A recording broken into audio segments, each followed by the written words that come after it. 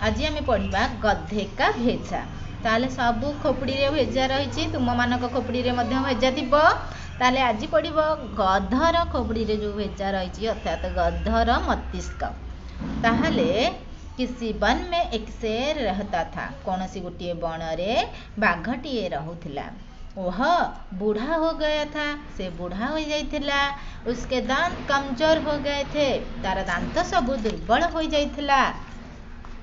नाखून घिस गए थे। ता नाखून माने नख गुड़िक सब घसरा हो जाइथिला। और पैरों में पहले जैसी फुर्ती नहीं रह गई थी। ता पादरे पूर्व भलिया फुर्ती नथिला, चंचलता नथिला। इस कारण अब उसके लिए शिकार करना बड़ा कठिन कार्य हो गया था। यही कारण रू तापाइका शिकार करना बहुत कठिन हो जाइथिला। वन के जो पशु पहले उसकी गंध से भी दूर भागते थे, वे अब निर्भय घूमते थे।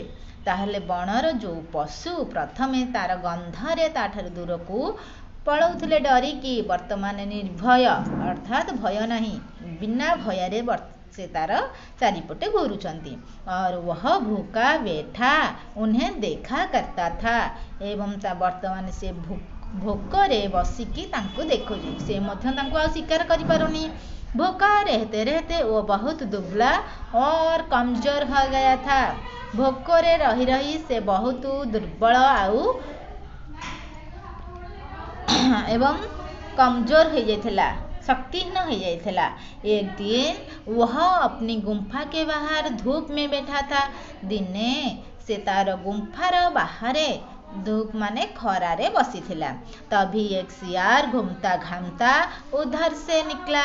यही समय गोटे सियाल घूमी बुली बाली की तार से बाटरे बाहरला।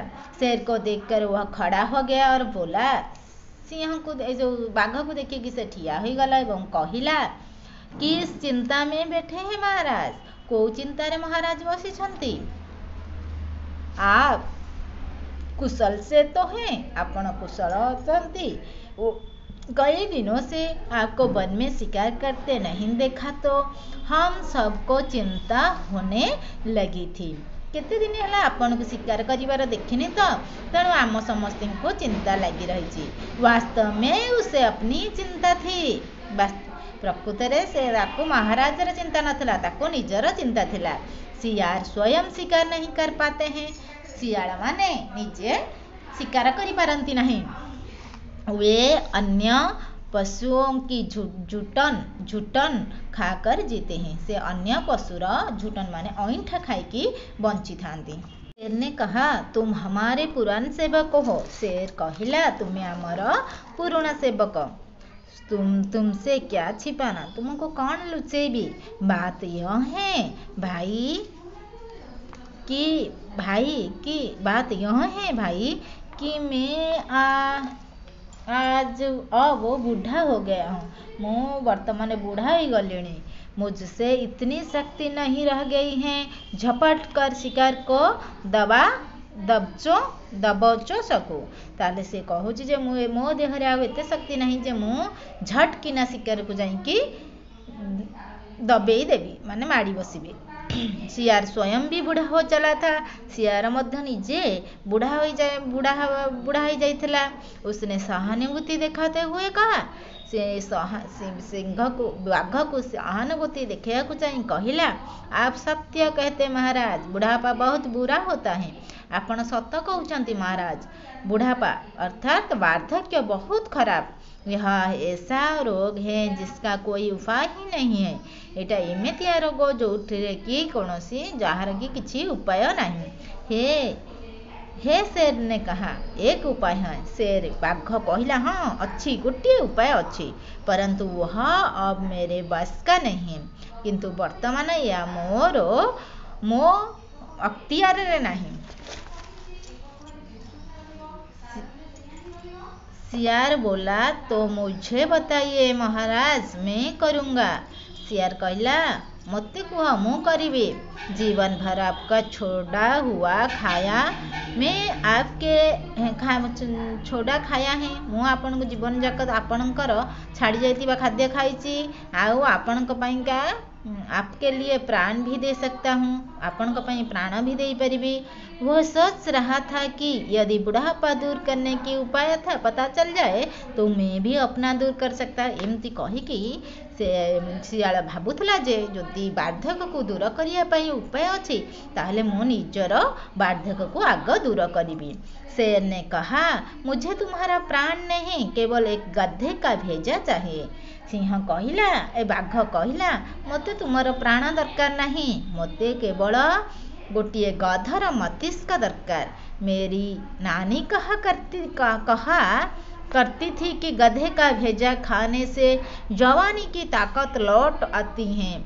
मो आई कहूथिला जे मते जदि गधर मस्तिष्क खाइब ताहले जवान युवक अवस्था थिबा शक्ति फेरी परिब, परंतु वह मिले कैसे? किंतु सेटा मिलिब केमिति? मुझे तो अब गधे के पास जाते भी डर लगता है। वर्तमान मते गधर पाखक जीवा पाई मध्य डर लगुछि। वह तुलती मार मार कर मेरा ही शिकार कर डालेगा। से मते लात मारी मारी की मोर मध्य शिकार करिनब। सियार ने कहा, गधे के पास जाते डर तो मुझे भी लगता है महाराज। सियार कहिला, गधर पाखक जीवा पाई मते मध्य डर लगुछि महाराज, परंतु आपका काम है इसलिए अवश्य जाऊँगा, किंतु वह आपण का काम जेहेतु निश्चिंत जीवी और जैसे भी बनेगा उसे आपके पास तक ले आऊँगा। आ जेमिति होना कहीं ताको मु आपण को पाखक आनिबी भारी। तब तक आप उस झाड़ी में छिप कर बैठ जाइए। सेई पर्यंत आपण से जो बुदाटा देखा जाउछि ना सेइथिरे बसी जांत लुचिकी।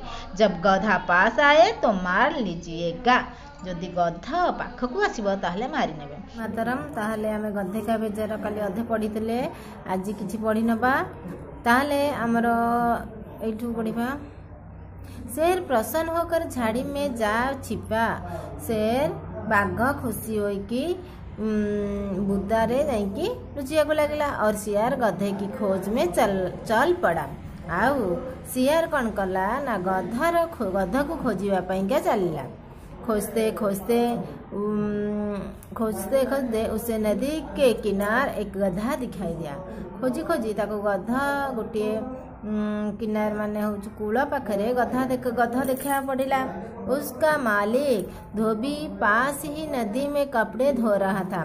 तारा मालिक धोबा पाखरे नदी रे कपड़ा धोथला और वह बेचारा रेत में खड़ा इधर उधर देख रहा था।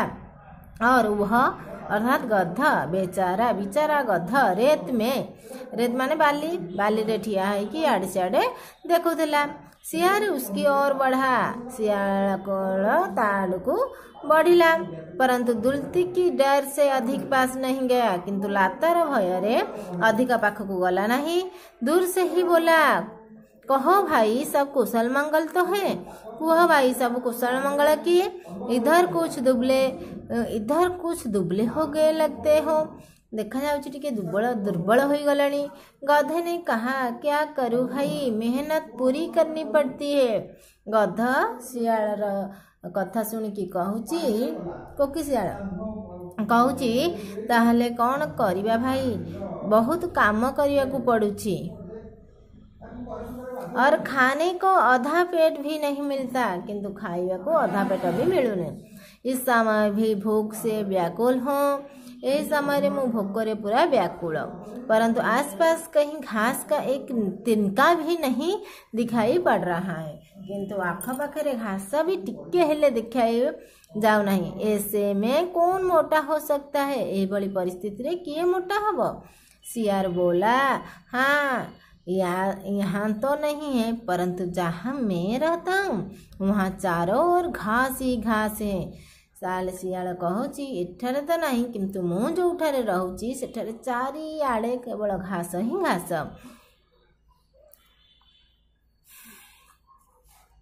ऐसी हरी और मुलायम घास कि क्या कहूँ। इमितिया हाँ सबुज आ कौलिया घास मुलायम माने कौलिया घास जे कौन कहबी वह मेरे किसी काम की नहीं है क्योंकि तुम जानते हो हम लोग घास नहीं खाते। से कहे एते कौलिया एवं सबुज घास अच्छी जे कौन कहबी हेले कौन हम से घास तो आम किसी दरकार नहीं कारण तुम्हें जानिच जे आमे घास खाऊना।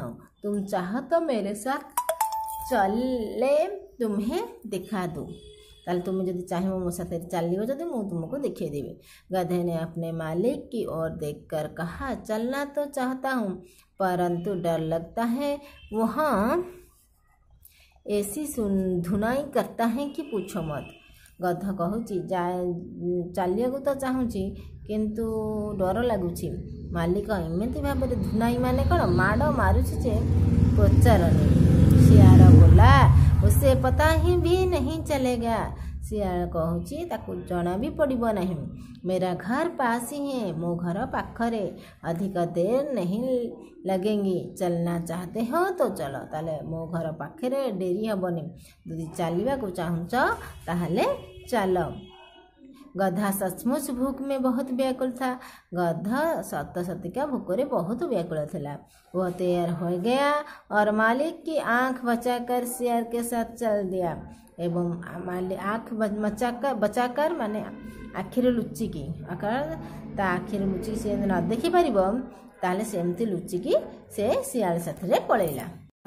गधे को फुसला कर सियार वन में उस झाड़ी की ओर ले गया जिसमें शेर छिपा बैठा था। ताल यही भली भाव में गध को फुसलई फासलई की सियाल कण कला बणर से ही बुदा पर्यंत नहीं गला जो ठेरे बाघ लुचिकी बसी थिला।